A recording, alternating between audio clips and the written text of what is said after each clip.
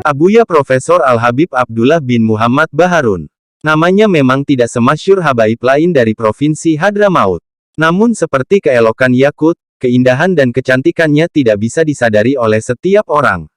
Bila selama ini kita hanya mengenal nama-nama seperti Habib Umar bin Hafiz dan Habib Salim Asy-Syatiri sebagai ulama dan cendekiawan muslim dari lembah Hadramaut, maka perkenalkanlah seorang tokoh yang lain. Beliau adalah Abdullah Muhammad Abdurrahman Baharun. Lahir di kota Syihir, tanggal 1 Januari tahun 1956. Habib Abdullah kecil pada akhirnya tumbuh menjadi seorang cendekiawan muslim seperti ulama lainnya. Menjelang usianya yang ke-61 tahun ini, tidak terasa hampir 20 tahun sudah beliau menanggung amanat sebagai rektor sebuah universitas di Provinsi Hadramaut, Al-Ahqaf University. Terlahir di tengah-tengah keluarga yang taat beragama, Habib Abdullah nyatanya memang memiliki kesamaan dengan orang-orang saleh Hadramaut lain pada umumnya.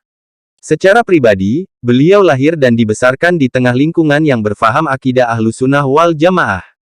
Tanpa menganggap remeh mazhab lain, beliau mengambil mazhab Syafi'i sebagai mazhab fikihnya dan tarekat Ba'alawi sebagai jalan tasawufnya. Hal ini menyebabkan Habib Abdullah cenderung jauh dari kata kontroversial. Antara Habib Abdullah, cinta dan Indonesia, beliau terkadang bilang, Indonesia ini punya hubungan yang sangat erat dengan Hadramaut, khususnya Ahlul Bait. Sebagaimana para salaf datang menyebarkan Islam di Indonesia, beliau berusaha agar hubungan itu tetap terjaga, ujar salah seorang murid yang cukup dekat dengan beliau. Cerita tentang kecintaan Habib Abdullah terhadap Indonesia memang sudah tidak dapat diragukan lagi. Terlebih terhadap para penuntut ilmu, Habib Abdullah tidak segan-segan menganggap pelajar Indonesia sebagai putra-putrinya. Fakta yang paling nyata adalah sikap beliau manakala terjadi evakuasi besar-besaran ketika terjadi konflik Syiah Houthi dan pemerintah Yaman di tahun 2015. Dengan segala kebijaksanaannya, Habib Abdullah mengizinkan para pelajar di universitasnya pulang ke Indonesia untuk menenteramkan hati orang tua mereka. Selang beberapa bulan, melihat realita tidak ada kepastian sikap dari pemerintah Indonesia, Habib Abdullah memutuskan berangkat ke Indonesia.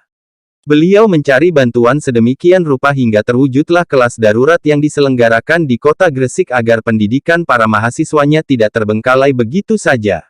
Selama hampir setahun berdomisil di Indonesia, Habib Abdullah kerap kali mengisi seminar di berbagai pondok pesantren, lembaga pendidikan, hingga majelis dan kajian-kajian Islami.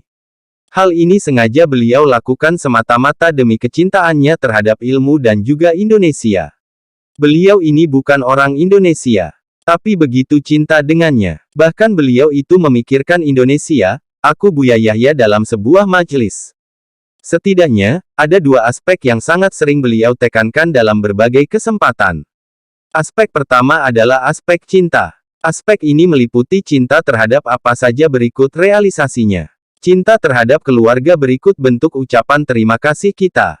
Pun juga cinta terhadap Nabi Muhammad berikut bentuk ketaatan kita kepadanya dan lain sebagainya.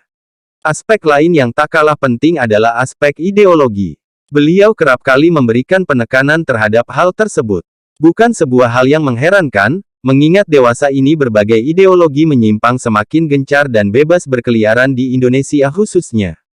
Meskipun terkesan tidak mengenal kompromi terhadap ideologi menyimpang, Habib Abdullah pada kenyataannya adalah sosok yang ramah. Pembawaannya yang murah senyum membuat kita senang memandangi wajahnya.